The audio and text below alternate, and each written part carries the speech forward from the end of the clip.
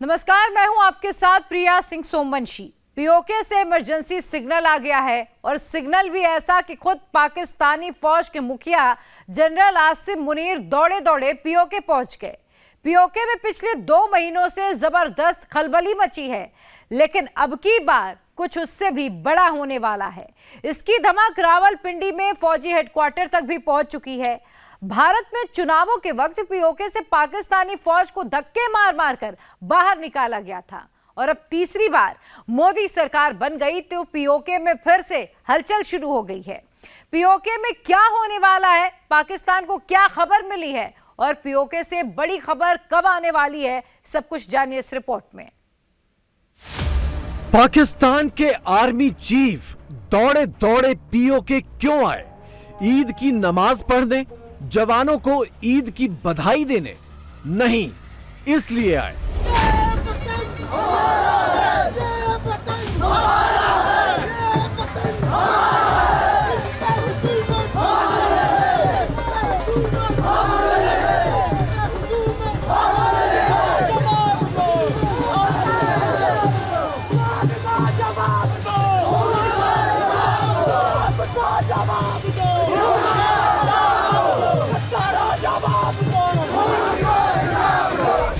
हम पाकिस्तान की शाहराग नहीं हैं, हम पाकिस्तान का हिस्सा नहीं हैं, भारत का अटूट अंग है। हमने दरखास्त नहीं दिया था पाकिस्तान को ये आकर कब्जा करे, क्यों किया है? आज मान गया ना आपकी एक फॉरेन टेरिटरी है। यानी आप उस टेरिटरी को जिसको 76 साल से आप ओन करते रहे हैं, आपने यकलख्त कह दिया जी कि वो तो फॉरेन टेरिटरी है। हम जो निकले थे श्रीनगर को पर कब्जा करने के लिए, वो मुजफ्फराबाद हाथ से जा रहा है। पाकिस्तान के कब्जे वाला कश्मीर उबल रहा है और पाकिस्तानी आर्मी चीफ को हालात का एहसास बहुत अच्छे से हो गया है। इसीलिए वो ईद के बहाने एलओसी पर पहुंच गए। पाकिस्तानी फौज के जवानों के साथ ईद की नमाज पढ़ी, जवानों से गले मिले, पाकिस्तानी पोस्ट का मुआयना किया और फिर असल एजेंडे पर आ गए। पीओके में पाकिस्तानी आर्मी चीफ ने कहा कि भारत इस इलाके में प्रोपेगेंडा फैला रहा है, भारत पीओके के लोगों को भड़का रहा है, भारत पीओके में फॉल्स फ्लैग ऑपरेशन चला रहा है। यानी आसिम मुनीर पीओके में हो रहे विद्रोह को भारत की साजिश बता रहे हैं। Army chief general Asim Munir ने वाज़ेह किया है कि पाकिस्तान खत्ते में अमन और इस्तेहकाम का हामी है। भारत के सियासी मकासद के लिए फॉल्स फ्लैग ऑपरेशन मामूल बनते जा रहे हैं। कोई भी जारिहत हुई तो कौम की हिमायत से दुश्मन को मुंह तोड़ जवाब दिया जाएगा। करीब 1 महीने पहले पीओके में मंजर कुछ ऐसा था। 10 और 11 मई को पीओके में पाकिस्तानी फौजियों को दौड़ा दौड़ा कर पीटा गया, फौजी गाड़ियों को फूंक दिया गया, पुलिस वालों को पहाड़ों से नीचे फेंका गया। पाकिस्तान के खिलाफ भड़के इस गुस्से पर इस्लामाबाद भी दहल गया था। और अब 1 महीने बाद पाकिस्तान के आर्मी चीफ ये थ्योरी लेकर आए हैं कि ये सब पीओके के लोगों ने नहीं किया बल्कि भारत ने किया। लेकिन पीओके के लोग आज भी पाकिस्तान को सच बताने के लिए तैयार हैं। हमने दरखास्त नहीं दिया था पाकिस्तान को ये आकर कब्जा करे, क्यों किया है? आपका रास्ता हम खुद बंद कर रहे हैं, तुम्हारे रास्ते के मोहताज ही नहीं है, हम थूकते नहीं है तुम्हारे कहते पर। बिस्मिल्लाह, गंदुम भी बंद करें, दफा हो जाएगा। 10 और 11 मई के दौरान पीओके में लगा एक पोस्टर भी जबरदस्त वायरल हुआ था। दीवार पर लगे इस पोस्टर में पीओके का झंडा है, उसके साथ इंडिया का तिरंगा झंडा है जिस पर राइट का निशान लगा है और नीचे पाकिस्तान का झंडा है जिस पर क्रॉस का निशान लगा है। संदेश साफ है कि पीओके भारत के साथ है, पाकिस्तान के साथ नहीं। इस वायरल पोस्ट ने पाकिस्तानी आर्मी चीफ की रातों की नींद हराम कर दी थी। सिस्टर्स, आपके लिए एक एडवाइस थी, आज़ाद कश्मीर को आज़ाद कश्मीर कहना छोड़ दें। आप बजाय इसके कि आप आज़ाद कश्मीर कहें, ये आज़ाद कश्मीर पाकिस्तान की तरफ से दिया हुआ वर्ड है। ये कौन सा वर्ड है? ये कोई ऑथेंटिक वर्ड नहीं है। आप इसके बजाय पाकिस्तान ऑक्युपाइड कश्मीर बोले। पाकिस्तान के अंदर हैं, पाकिस्तान से बाहर हैं, डजंट मैटर। यहाँ तो हर दूसरा बंदा आपसे पूछता है where are you from, you should have to say you are from Pakistan occupied Kashmir. Kashmir के अंदर जो कश्मीरी हैं उनको भी चाहिए कि वो पाकिस्तान ऑक्युपाइड का वर्ड इस्तेमाल करें, ताकि आपके आने वाली जनरेशन को भी पता चले कि आप पाकिस्तान के कब्जे के अंदर।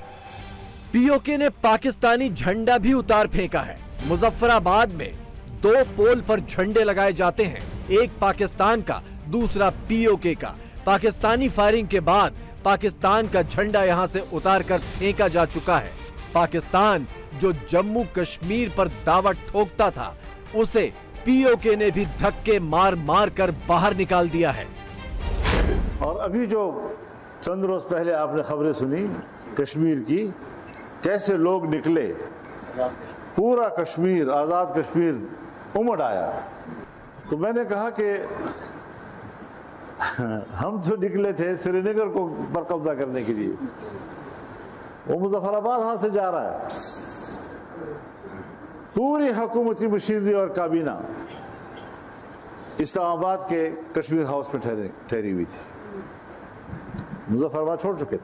अब ऐसे हालात कि अगर कश्मीरी के ऊपर गोली चलती है पाकिस्तान के कश्मीर पे, पाकिस्तान के सामने मुश्किल यह है कि वो पीओके से अपना दावा भी औपचारिक तौर पर हटा चुका है।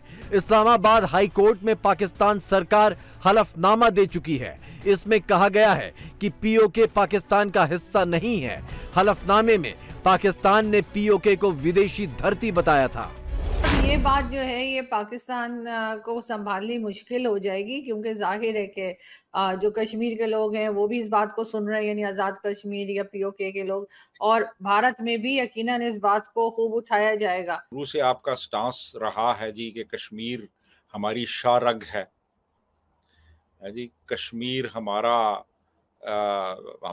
जिगर का टुकड़ा है, और अब आप कह रहे हैं जी फॉरेन टेरिटरी है। यानी आप उस टेरिटरी को जिसको 76 साल से आप ओन करते रहे हैं, आपने यकलख्त कह दिया जी कि वो तो फॉरेन टेरिटरी है। फॉरेन टेरिटरी में फिर आप अपनी एक फेडरल पैरामिलिट्री फोर्स को क्यों भेज रहे हैं? फिर आपने फौज भी वहां पे रखी हुई है। तो बेसिकली कंफ्यूजन में जब बंदा कंफ्यूज्ड होता है ना, तो उसको समझ नहीं आती कि अब मैं क्या करूं। तो उन्होंने फिर ये स्टांस लिया कि जी वो फॉरेन टेरिटरी है, हमारी एक पूरी कोर जो है वो वहां पे डिप्लॉयड है उस पूरे लाइन ऑफ कंट्रोल पे, और हमारी सीक्रेट एजेंसीज वहां पे ऑपरेट करती हैं। तो फिर आप ये कैसे कह सकती हैं कि ये फॉरेन टेरिटरी है? कश्मीर पर दावा ठोकने वाला पाकिस्तान पीओके को विदेशी धरती बताकर खुद अपने जाल में कैसे फंसा, ये भी समझ लीजिए। पिछले महीने की बगावत के दौरान आईएसआई ने स्थानीय शायर अहमद फरहाद को अगवा कर लिया था, जो बाद में बरामद हो गए। इस्लामाबाद हाई कोर्ट ने उन्हें पेश करने के लिए कहा, लेकिन पाकिस्तान सरकार ने मामला छिपाने की नीयत से कह दिया कि अहमद को नहीं ला सकते क्योंकि वो पीओके में है और पीओके विदेशी धरती है। साहब ने एक बहुत इंटरेस्टिंग बात कोर्ट में की, उन्होंने कहा कश्मीर एक फॉरेन टेरिटरी है। तो ये आई थिंक एक अच्छा इंप्रेशन नहीं है जो रियासत दे रही है कि कश्मीर हमसे अलग है या कश्मीर हमसे नहीं है। ये अच्छी बात नहीं थी, मुनासिब बात नहीं थी करनी। पाकिस्तान के एडिशनल एडवोकेट जनरल ने कहा कि हमारी वहां पे कोई ज्यूरिसडिक्शन नहीं है, यानी इस्लामाबाद हाई कोर्ट की, पंजाब पुलिस की कोई ज्यूरिसडिक्शन पाकिस्तानी ऑक्युपाइड जम्मू कश्मीर में नहीं है, क्योंकि वो एक फॉरेन टेरिटरी है, एक गैर मुल्क है। नाजरीन, इस बयान ने पाकिस्तान में तहलका मचा दिया है। इस बयान का मतलब असल में यह है कि जो हमारा बयानिया है कि हम पाकिस्तान की शाहरग नहीं हैं, हम पाकिस्तान का हिस्सा नहीं हैं, बल्कि हम 26 अक्टूबर 1947 के मुआहदा इलाक़ भारत की वजह से भारत का अटूट अंग है। हमारा यह बयानिया इस्लामाबाद हाई कोर्ट में साबित हो गया है। जो पाकिस्तान दुनिया की हर फोरम में जाकर कश्मीर के नाम घड़ियाली आंसू बहा चुका है, जो पाकिस्तानी फौज अपने अफसरों और जवानों को कश्मीर के नाम पर एलओसी के पार मरने के लिए भेजती रही है, वही फौज अपनी आवाम को ये नहीं समझा पा रही कि कश्मीर के नाम पर वो चाहती क्या है, जब कश्मीर के नाम पर पूरे मुल्क को 76 सालों से हांका जा रहा है, तो पीओके को विदेशी धरती क्यों कह दिया गया। कोर्ट में जस्टिस मोहसिन अख्तर कियानी के सामने हुकूमत पाकिस्तान ने यह कहा है कि आज़ाद जम्मू कश्मीर एक फॉरेन टेरिटरी है। ठीक है, फॉरेन आज मान गया ना आप कि एक फॉरेन टेरिटरी है, तो फिर ये बताएं कि वहाँ पे रेंजर्स जो है वो क्यों जाती है। तो अगर ये फॉरेन टेरिटरी है तो अब आपने खुद ही अहमद फराद के केस में जो कश्मीर का मसला है उसको एक नई डायमेंशन दे दिया है। एक तरफ हुकूमत पाकिस्तान कहती है कश्मीर फॉरेन टेरिटरी है, और दूसरी तरफ वहाँ का एक शायर जो है उस पर उसी तरीके से झूठे मुकदमात कायम किए जा रहे हैं, दहशतगर्दी के शायर को दहशतगर्द कह रहे हैं, जो कहते हैं कि आज़ाद कश्मीर एक फॉरेन टेरिटरी है। उन्होंने इस मामले में काफ़ी गड़बड़ कर दिया। पाकिस्तान के जो दुश्मन हैं उनके हाथ मजबूत किए जा रहे हैं। वैसे कश्मीर के नाम पर सबसे बड़ा हल्ला तो मचाया पूर्व पीएम इमरान खान ने, जो आजकल जेल में है। 5 अगस्त 2019 को जब भारत ने धारा 370 खत्म की थी, तो इमरान ने पीओके से लेकर इस्लामाबाद तक खूब तमाशे किए थे। लेकिन अब पाकिस्तानी कह रहे हैं कि कश्मीर का असल गुनाहगार तो इमरान ही है।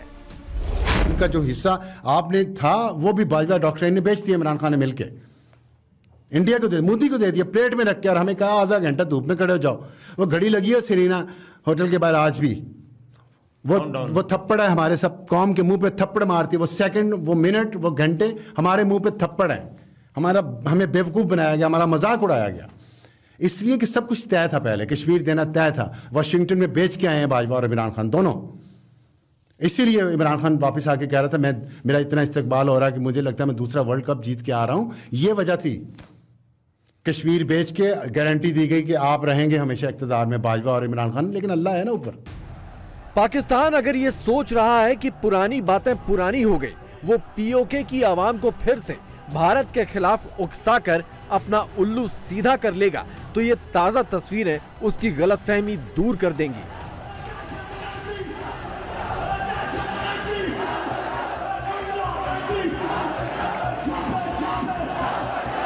पाकिस्तान अगर ये सोच रहा है कि 10 और 11 मई की बगावत ठंडी पड़ गई, तो आंदोलनों का ताजा दौर उसके स्वागत के लिए तैयार खड़ा है।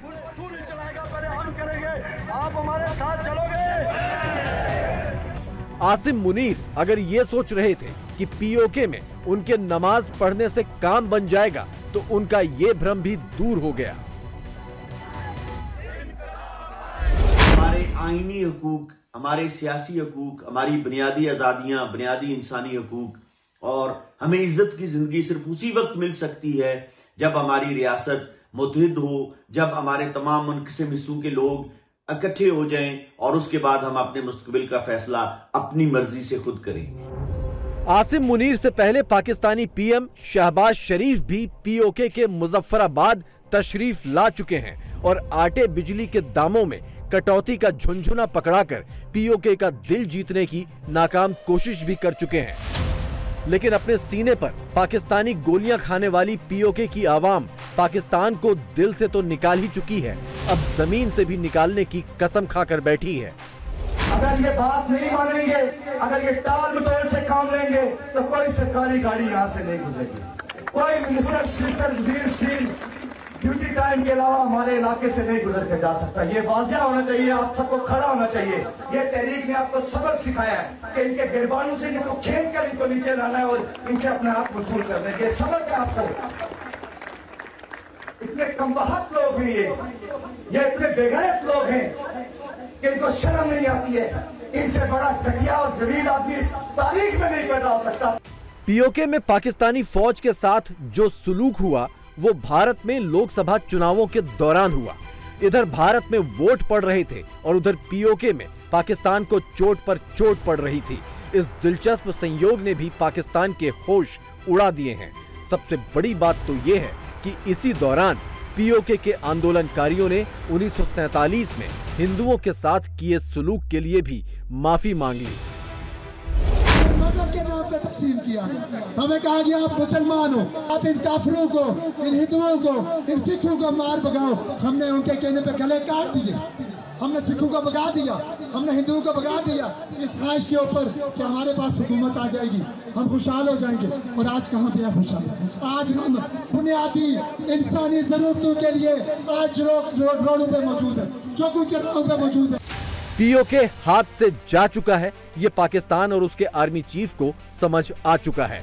बंदूक के जोर पर चलने वाली सल्तनतें एक न एक दिन धराशायी होती ही हैं। पीओके में भी वो दिन आ गया है।